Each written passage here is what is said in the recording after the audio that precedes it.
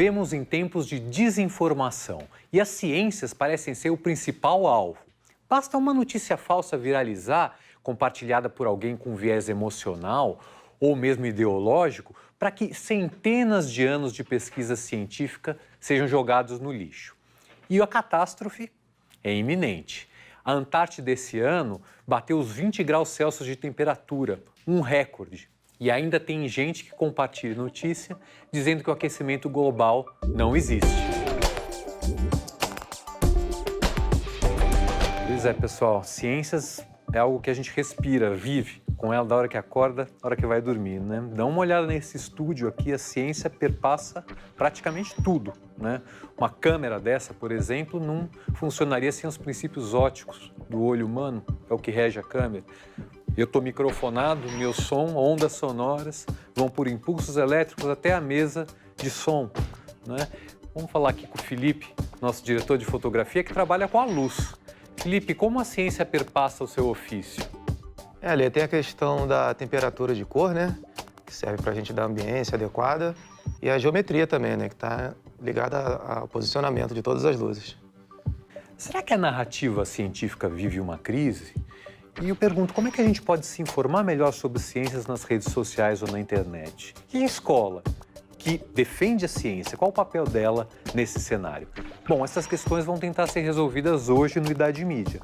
A gente foi até Minas Gerais, no Cefet, falar com o professor Samuel, que desenvolve inúmeros projetos científicos, inclusive um deles tem a ver com desinformação e fake news. E na volta do estúdio a gente conversa com a doutora Roseli de Deus Lopes, que coordena a maior feira de ciências pré-universitárias do Brasil, a FEBRAS. O legal é saber que sempre tem alguém que está tentando, mesmo com esse desafio todo, fazer ciência. Essa diversidade de conhecimento, ela é muito importante e é só isso que muda a mente das pessoas. O conhecimento, ele acaba gerando conhecimento.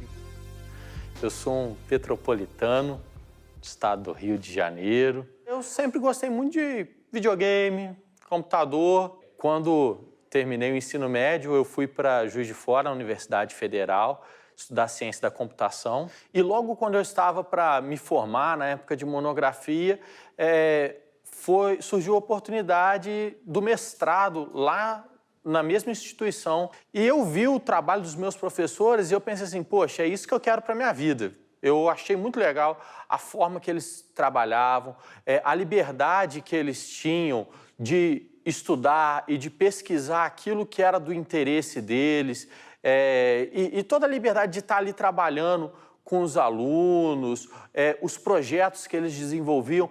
Depois eu fui para o mestrado, me formei ali no mestrado também, fiz essa pesquisa.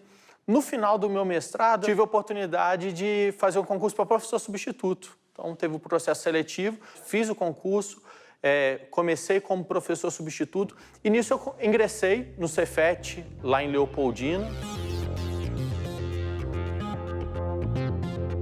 Quando então eu ingressei no Cefet, lá já existia, digamos assim, no grupo de trabalho, um incentivo de trabalhar ciência com os meninos do ensino médio, de forma que eles desenvolvessem projetos extra-classe, fizessem coisas fora da sala de aula. Então a gente sempre deu essa liberdade para os alunos deles escolherem um tema que eles querem abordar naquele período lá de 2018, pré-eleitoral. Como tinha aquela dualidade muito grande, surgiu a ideia da gente desenvolver algo que pudesse ajudar a pessoa a identificar se uma notícia é verdadeira ou não. Então a gente pretendia buscar uma forma do computador ajudar isso com a gente. Qual que foi o nosso recurso? Vamos pegar aqui os sites, e cada site que está na internet, ele sempre tem o que a gente chama de metadados. Então, quando a notícia ela começa, não tem autor, eu não sei quem publicou isso, o computador ele consegue identificar isso e fazer muita comparação. Existe uma feira que é uma das maiores feiras de ensino médio no Brasil, é a FEBRAS, Feira Brasileira de Ciência e Tecnologia, que junta gente do Brasil inteiro, até gente do exterior, e eles estão todos lá para mostrar os seus projetos de pesquisa. Então a gente sempre tenta levar os alunos para participar dessas feiras, porque é um ambiente que, principalmente para eles, é de muito crescimento.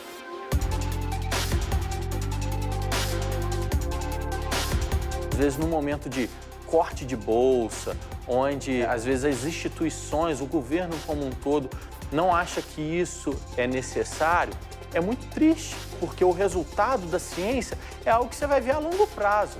Então, às vezes, algo que alguém está pesquisando agora vai servir para daqui a 20, 50 anos. E, às vezes, por causa de uma gestão mais imediata, acaba não sendo tão interessante. Então, as pessoas elas têm, às vezes, a falsa ideia que algo que não seja material, que não seja tangível, que ela não veja o resultado imediato, não serve para nada. E isso, eu vou te ser sincero, que eu não sei se tem uma solução, pelo menos não uma solução óbvia, para a gente conseguir reestruturar isso, não.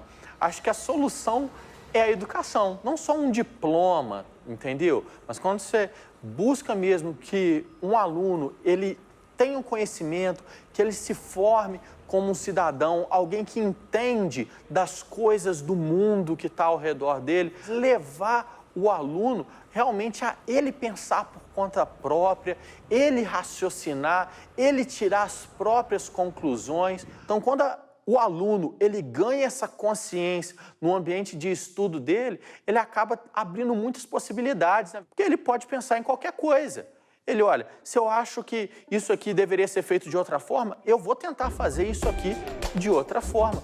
Não há nada que me impeça.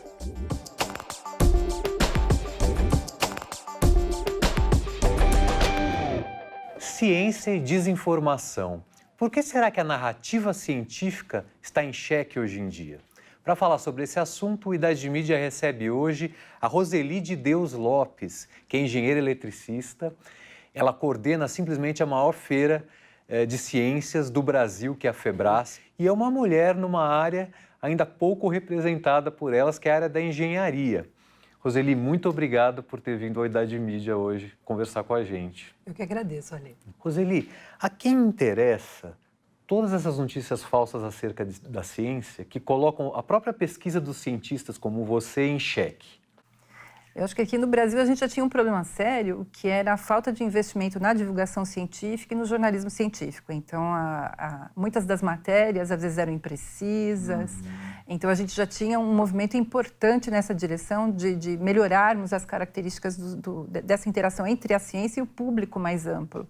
Mas hoje a gente vivencia um problema muito pior, que é a desinformação. Então, são matérias produzidas com o objetivo de confundir, de levar uma informação equivocada para a população. Então, os casos mais graves têm sido em relação a mudanças climáticas. Quem produz a matéria, né, e que investe dinheiro para trazer informação incorreta, tem interesse. Assim, eu acho que a gente precisa ficar bem atento e trabalhar na questão da educação, né, porque um povo mais educado, ele vai dar mais importância e, quando for tomar decisão, ele vai buscar evidências. É claro que na ciência sempre tem que ter espaço para o contraditório, mas eu tenho que estar buscando evidências e não decisões por achismos. Roseli, o Idade Mídia, além do programa, é um laboratório, é o LabMe, que reúne estudantes do Centro Universitário Belas Artes de São Paulo. E agora são eles que participam de exercícios de criação e do nosso dia a dia do programa, que vão perguntar a você. É você que trabalha com cientistas de perto e você que está atuando com os jovens, né, todos os dias. Como que você mantém eles incentivados a querer trabalhar nesse cenário? Eu vejo essa provocação e tudo isso que a gente está enfrentando como alguma coisa para tirar a gente do lugar e tornar a gente mais forte. Então, assim, nós temos dados que estão aí publicados, né? Então, as evidências estão postas. Agora, a gente precisa trazer esses dados numa linguagem, num formato e que as pessoas compreendam. Então, o que eu digo para os estudantes é que toda vez que a gente tem uma crise, que a gente tem uma dificuldade, a gente tem que transformar isso numa oportunidade para a gente se fortalecer e para a gente conseguir estabelecer alianças e parcerias mais fortes. A academia costumava ficar, né, um pouco mais fechada dentro dos seus laboratórios, em busca dos seus objetivos científicos e tecnológicos, e não vinha muito para as ruas para falar e para buscar mais mecanismos de comunicação. Então, acho que isso tem sido uma oportunidade para a gente poder vir a público e a gente poder interagir mais com a sociedade. E a gente está num momento em que até com o avanço das tecnologias, não é tão difícil e tão custoso a gente poder abrir os laboratórios e a gente poder mostrar o que a gente está fazendo lá dentro, né, para todo mundo. Como que a mídia pode inserir nesse contexto para tentar reverter esse cenário de desvalorização? As entidades que desenvolvem ciência e tecnologia junto com a imprensa, a gente tem que trabalhar em conjunto de como veicular mais, porque às vezes a imprensa vai em busca de notícia nos laboratórios, mas o outro lado também tem que ser mais ativo, né? Da gente, do lado dos laboratórios, levar para a imprensa aquilo que é importante naquele momento, quais são os desafios, não só as conquistas, né? Mas quais são os desafios que a gente tem, onde a gente precisa de investimento. Eu acho que é aí que, se a gente tiver uma sintonia maior, né? Sempre em busca da informação qualificada, né? Eu acho que isso é importantíssimo. A gente aqui no programa de hoje, a gente esteve em Leopoldina, em Minas Gerais, no Cefet, inclusive com um projeto que tem a ver com desinformação e fake news, que classifica, né, desinformação e fake news, que participou da FEBRASE. Quanto aos projetos que você recebe na FEBRASE, você sente uma melhora na qualidade deles? Então, eu acho que esse é um exemplo bacana, porque os alunos escolheram para desenvolver um trabalho científico justamente esse tema, porque ele é um tema muito importante na atualidade, né? O quanto